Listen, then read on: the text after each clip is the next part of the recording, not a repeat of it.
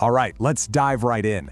Today, we're talking about two completely different marketing worlds, B2B versus B2C. Think of it like a classic showdown, and trust me, knowing the difference is absolutely fundamental to your success. And a huge welcome to all the marketing apprentices at Kent Business College. We've cooked this explainer up just for you, pulling directly from your course materials to really help you nail these core concepts. So, let's frame this with a simple question. What's really the difference between selling one sausage roll to someone who's feeling a bit peckish and selling 1,000 of them to a school cafeteria? I mean, the product's the same, right? But the customer, the process, the whole strategy, they are worlds apart. So, here's our game plan. First, we're going to meet the players. Then, we'll figure out who's really the boss. We'll compare their buying styles. Is it a sprint or a marathon? We'll see how loyalty gets built, and then we'll put it all together with a brilliant real-world test. Let's get to it. First up, let's meet our two main characters. In the B2C corner, you've got the individual, the often emotional, I want it now impulse buyer. And in the B2B corner, you have the slow, the rational, the many-headed beast we like to call the committee. Okay, look at this. This slide right here is going to be our guide for the next few minutes. It's our home base, our battleground, breaking down all the crucial differences. We're going to unpack every single one, piece by piece. So, let's jump into our first big comparison. Who are you actually selling to? I mean, really. Because in the world of B2B versus B2C, that question has two completely, and I mean completely, different answers. On the B2C side, things are usually pretty simple. Your customer is one person, maybe a couple, or a family. But in B2B, it's a whole different ballgame. You're not just selling to a person, you're selling to an entire organization represented by this group called the Decision-Making Unit, or DMU for short.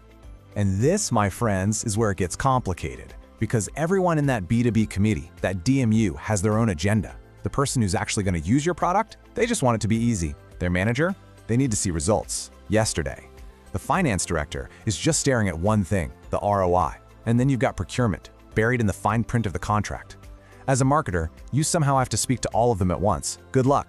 Okay, so let's get into how these two very different customers actually go about buying something. Because if the who is different, you can bet the how is too. And honestly, it's a night and day comparison.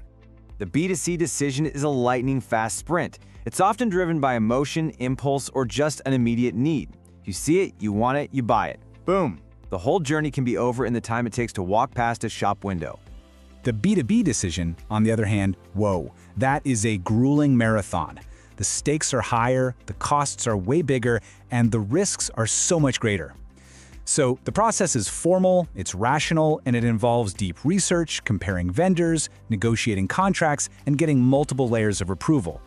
It's a long, slow courtship. So with such different buying processes, it just makes sense that the way you build loyalty has to be totally different too.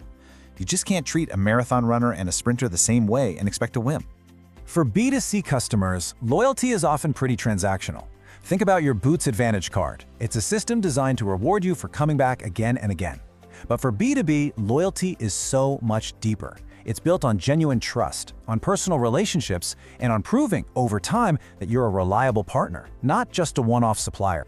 Now, what's really cool is seeing how a single company can actually live in both of these worlds.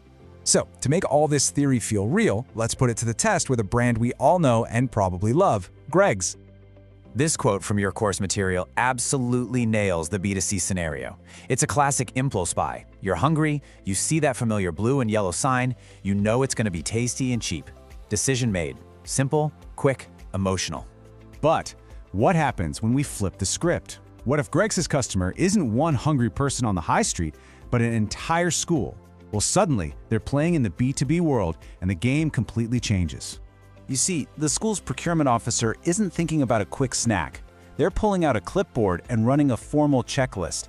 They have to analyze bulk pricing, check every single nutritional guideline, make sure the supply chain is consistent, negotiate a detailed contract, and then compare Greg's against every other potential supplier out there. And that right there illustrates the whole point perfectly. A fun TikTok video might sell one sausage roll, but it is never, ever going to land a school contract. Your marketing message has to be tailored to the customer's decision-making process. So let's bring this all back to you, because this isn't just theory, right? Understanding this difference is so critical for the work you're doing right now, for every single campaign you plan and every piece of content you create. So I'm going to leave you with this. Take a good, hard look at the project that's on your desk right now. Who is your real customer? Are you marketing to the fast, impulsive sprinter? Or are you trying to build a lasting relationship with the slow, deliberate marathon runner? Because your answer to that one question, it changes absolutely everything.